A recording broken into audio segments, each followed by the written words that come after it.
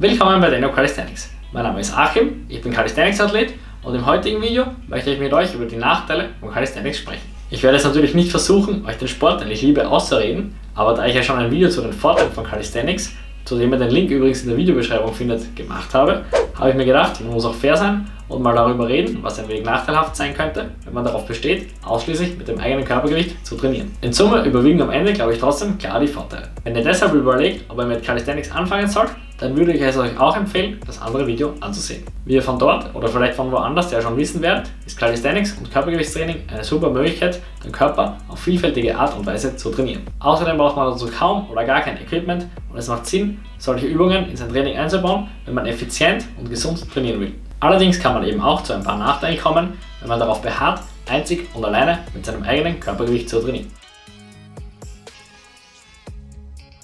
Heutzutage ist ja oft davon die Rede, was eigentlich die natürlichste und funktionellste Art ist, sich zu bewegen. Man kann es zwar auch übertreiben und ich finde manchmal geht es auch darum, was einem mehr Spaß macht, aber viele legen darauf großen Wert und das ist eigentlich auch ein sinnvoller Hintergedanke. Wenn unser Körper nämlich dazu verwendet wird, wozu er gemacht wurde, dann funktioniert gesundheitlich gesehen meistens auch alles recht gut und es gibt weniger Dysbalancen oder Degenerationserscheinungen.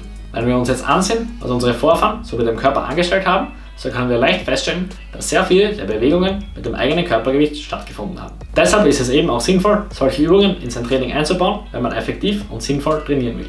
Allerdings muss man auch zugeben, dass es nicht ausschließlich Bewegungen ohne zusätzliche Lasten waren, die man im Alltag benötigt hat. Manchmal war es zum Beispiel auch einfach nötig, etwas Schweres aufzuheben oder zu tragen.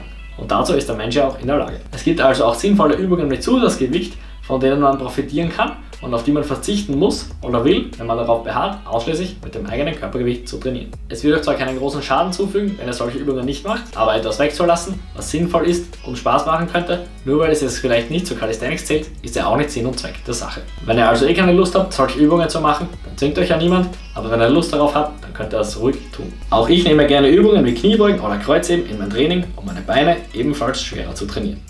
Das bringt uns auch schon zum nächsten Punkt.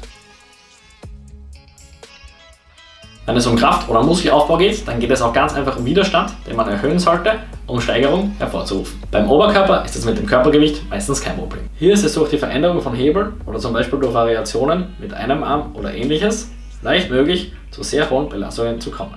Bei den Beinen ist es teilweise zwar auch gut möglich, allerdings muss man dann oft explosive Sprungübungen oder ähnliches ins Training dazu nehmen, um die mechanische Last teilweise zu erhöhen. Wenn das nicht euer Ziel ist, dann kann es deshalb auch Sinn machen, teilweise zu Gewichten zu greifen. Bevorzugt wahrscheinlich zum Beispiel zu Kniebeugen mit Zusatzgewicht. Auch die bekannten Pistol Squats haben hier nämlich ihre Grenzen und das Training geht ansonsten oft in Richtung Koordination, Schnelligkeit oder Kraftausdauer. Das sind alles sehr gute und auch vorteilhafte Möglichkeiten, um zu trainieren. Wenn man aber andere Ziele hat, ist das auch in Ordnung. Und dann kann man ja auch zu Gewichten greifen. Wenn man Übungen mit Gewichten trainiert, dann ist es nicht schwer, einen Überblick über den Grad der Steigerung zu behalten. Das Dosieren von Gewichten ist meistens in linearen Schritten möglich. Oft ist es möglich, teilweise nur einen halben Kilo oder Kilo draufzupacken und den Fortschritt somit genau messbar zu machen. Wenn man das beim Calisthenics-Training machen möchte, dann ist es zwar möglich, bei bestimmten Übungen einfach die Wiederholungen zu zählen, aber wenn man jetzt eine neuere, schwerere Progression von einer Übung macht oder etwas Neues dazulernt, dann ist das nicht immer prozentuell messbar. Ob das einen persönlich überhaupt stört, muss man selbst wissen. Ich persönlich finde, das ist verkraftbar, weil man Fortschritt ja nicht immer nur in Zahlen messen muss und weil es dafür mehr Platz für Kreativität und Variationen gibt. Was Leute, die im Bodybuilding-Stil trainieren, stören könnte, ist es, dass es teilweise weniger Möglichkeiten gibt, einzelne Muskeln isoliert zu trainieren. Da bei funktionellen Bewegungen oft viele Muskeln zusammenspielen, ist es nicht immer so leicht, einen einzelnen Muskel zu trainieren, ohne auch andere stabilisierende oder mithelfende Muskeln zu reizen. Es gibt zwar viele eigentlich sehr gute Alternativen für einige Isolationsübungen, aber genau das Gleiche ist es eben trotzdem nicht immer. Wenn man ein wenig weiterdenkt, kann das aber eigentlich auch ein Vorteil sein. Schließlich sind Isolationsübungen teilweise nicht besonders natürlich und auch in Bezug auf Effizienz und Kalorienverbrauch haben sie teilweise keinen großen Nutzen. Sie sind manchmal zwar einfacher zu handhaben oder zu erlernen, aber aus geringem Übungsaufwand entsteht meistens auch nur ein geringer Nutzen. Komplexere und auf den ersten Blick oft schwieriger oder ungemütlicher erscheinende Übungen haben oft auch einen höheren Nutzen. Vor allem wenn man in kürzerer Zeit möglichst viele Muskeln auf einmal trainieren will und somit auch mehr Kalorien verbrennen will oder mehr Reize setzen will, ist es sinnvoll, eher komplexere Übungen zu wählen.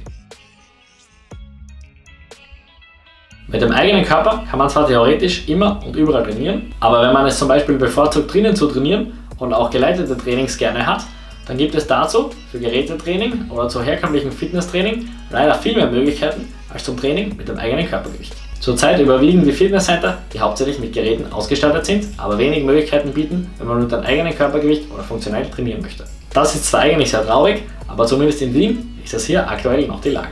Langsam ändert sich daran zum Glück auch etwas. In Zukunft sollten wir darauf hinarbeiten, dass ein Calisthenics Gym genauso alltäglich ist wie ein Ketten-Fitnesscenter mit Geräten. Das war's mit den Nachteilen, über die ich mit euch reden wollte. Ich denke, wer den Sport gerne betreibt und einen Sinn dahinter sieht, Übungen mit dem eigenen Körpergewicht zu machen, wird diese gerne in Kauf nehmen. Zu viel Gemütlichkeit hat ja schließlich noch nie zu etwas Außergewöhnlichem geführt und wer etwas erreichen möchte, der sollte sich von so etwas nicht davon abhalten lassen. Trotz allem kann es auch nicht schaden, Bescheid zu wissen, wenn man sich zum Beispiel entscheiden muss, ob man mit Calisthenics beginnen will. Zum Glück muss man sich ja nicht nur für eine einzige Variante entscheiden und es ist auch möglich, Calisthenics mit anderen Sportarten, wie zum Beispiel mit Gewichtetraining, zu kombinieren. Viele tun zwar leider so, als gäbe es nur entweder oder, aber eigentlich gibt es so etwas wie das einzig wahre im Training sowieso nicht. Viel wichtiger ist es, das zu machen, was einem Spaß macht und was auch sinnvoll ist. Falls euch das Video gefallen hat und ihr mehr am Thema Calisthenics und Training mit dem eigenen Körpergewicht interessiert seid, dann schaut auch mal die anderen Videos auf meinem Kanal an. Ich denke, da könnte einiges für euch dabei sein. Falls ihr noch Fragen habt, könnt ihr sie in die Kommentare schreiben. Ansonsten hoffe ich, dass ich euch mit dem Video helfen konnte. Bis zum nächsten Mal.